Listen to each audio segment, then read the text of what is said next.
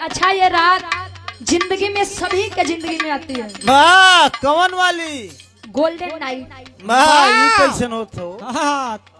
तू नहीं जानता? ना सुहाग रात हो।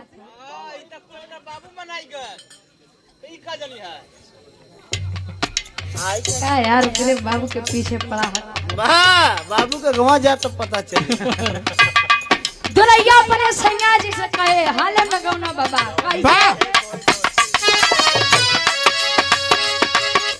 सारी रात जगवला हो तेरा जाया तुम्हारी सारी रात जगवला हो तेरा जाया तुम्हारी सारी रात जगवला हो तेरा जाया तुम्हारी अब का हाथ लगावेला पाँच बाज के सारी अब का हाथ लगावेला पाँच बाज के साड़ी में अब का हाथ लगावेला पाँच बाज के साड़ी सारी रात जगवला हो तेरा जाया तुम्हारी अब का हाथ लगावेला पाँच बाज के सारी कहे रावधान नहीं है राजा केहू खाए वाला रावधान नहीं है राजा केहू खाए वाला बा रावधान नहीं है राजा केहू खाए वाला बा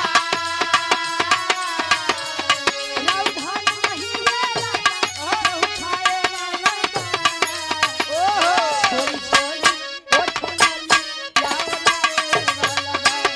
छोड़ी छोड़ी ओठ लाए वाला बा छोड़ी छोड़ी ओठ लाली लावराए वाला बा छोड़ी छोड़ी ओठ लाली लावराए वाला बा सारी रात जगवला हो ए राजा रखवारी अब कहाँ से लगावेला पाँच बाज के साड़ी रावधान नहीं है राजा केहू खाए वाला रावधान नहीं है राजा केहू खाए वाला बा रावधान नहीं है राजा केहू खाए वाला बा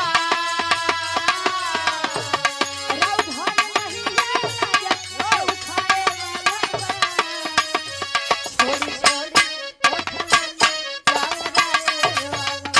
छोड़ी छोड़ी ओठ लाए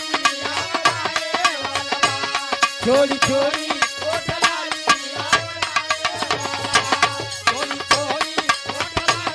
लावराए वाला बा